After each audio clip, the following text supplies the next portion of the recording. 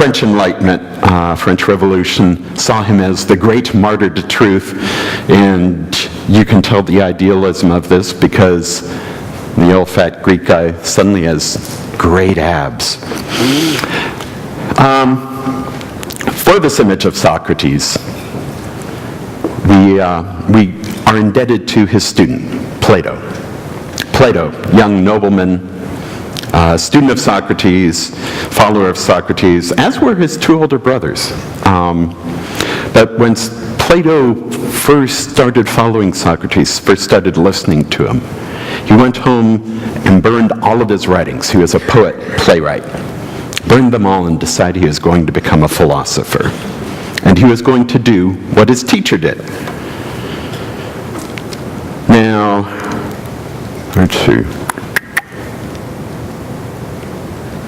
Socrates didn't. In the end, well, after the whole thing with the poison died down, with Socrates' death and all that died down, he went on an extended vacation for his health, mostly so he wouldn't be executed as well.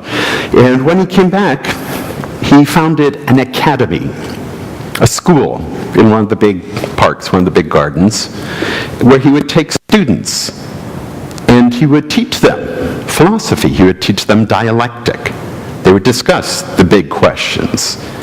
And also, as a tool in this teaching, he wrote dialogues. He would write these conversations between Socrates and these wise guys, in which Socrates would ask these questions. And so that's what we know of Plato, is all these dialogues.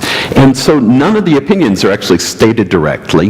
They're sort of brought out in the course of these dialogues, mostly in question form. Okay, we've read some of them, probably read The Myth of the Cave and usually the Apology or Credo, something like that. So I'm going to try to sort of summarize some of Plato's ideas. The problem I always have with Plato, or I used to have with Plato, is that a lot of it just seems implausible. Why would anybody think like this? And so I'm going to try to sort of talk through Plato and see if we can see how somebody would actually think like this. Now, question. What color is the shirt? Blue. Blue. And how about your shirt? Blue. Blue. Amazing. Yours? Blue. Blue. Yours? Blue. I actually chose this side. There's a lot more blue on this side. I love you guys, but you're heavily green tone, okay? Now, what's the bag? Blue. Yay, blue. How do you know? These aren't even the same colors. I mean, his is much lighter, touch of green in there actually, and that's really rich blue. His is actually lighter than his. Hers is actually slightly darker. If we were to paint it, we would add a little bit of black, and yet they're all blue, and somehow you know it. How is that? How do you know that? So the Platonic idea is that somewhere in your mind you have a template.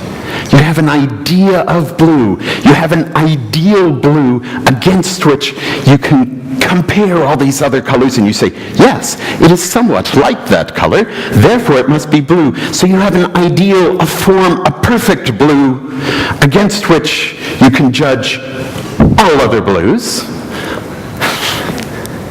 And that's how you know what blue is. It's this idea of blue, this ideal of blue, this form you have in your head against which you measure all things. Next illustration. What's the shape? Kind of like preschool, isn't this fun?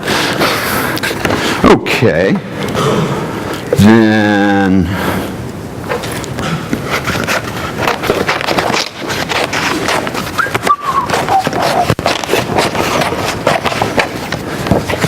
I bought these new scissors yesterday, and you had to cut open the package. Now, if I had something to cut open the package, why in the world would I be buying scissors? Like all men, I used a big kitchen knife. Okay. What's that shape? Circle. And let's see, one more, just because from a geometry perspective, it is such an important one. Let's take that one.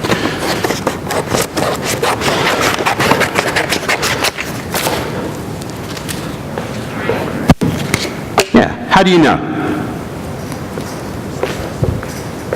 Again, you have this image in your head you've had since you were a kid of what circles look like, what rectangles look like, what triangles look like. Now, think about this. It's not really a circle. It's not even a very good oval. And yet, by comparing it to the perfect circle that you have in your head, you say circle. And this perfect circle, of course, it's really actually next to impossible to get a real circle. It requires minute craftsmanship or computers. And yet we have these rules about circles, even though we might never actually encounter one. We have the rules, the whole thing with pi, the whole thing with determining the circumference, even though it's probably not at all true of this circle because it's so lopsided, and it's not even smooth on the edges because I'm a terrible cutter. And but I did make it out of preschool. I made it out of Milligan eventually. Triangle has all sorts of wonderful properties because, hey, that's a right angle, so the sum of the length of this side squared added to the sum of length of this side squared is equal to this side squared. It's a rule. It applies towards all triangles. Actually, it probably does not apply towards this one because there's a weird bow in it. But this perfect triangle you have in your mind, it's going to be perfect and it will follow those geometric laws. Now, a good person. How do you know what a good person is? You hardly ever really encounter somebody who's completely, I need to talk to you guys more, who's completely good, who's not in any way, and most of us are somewhere in the middle. We hope sort of on this scale to be a little bit closer to good, not so much into the bad part, but you don't ever really meet somebody who's completely good. You're about 2,000 years too late for that one. It might have been possible, but in general, human beings are not good. We're a rather mixed bag. Sometimes we're a little less than angels. Sometimes we're just real stinkers. And yet you have an idea of what a virtuous, what a good person would be like, in spite of never having completely encountered one. You have this idea, this ideal, this form in your mind by which you judge all the people you encounter, and by which you sort of try to decide, or which you ignore when you decide occasionally not to be a good person, but against which you judge your own actions to decide, am I being a good person, or am I not being a good person? In spite of the fact that you've never actually encountered somebody like this.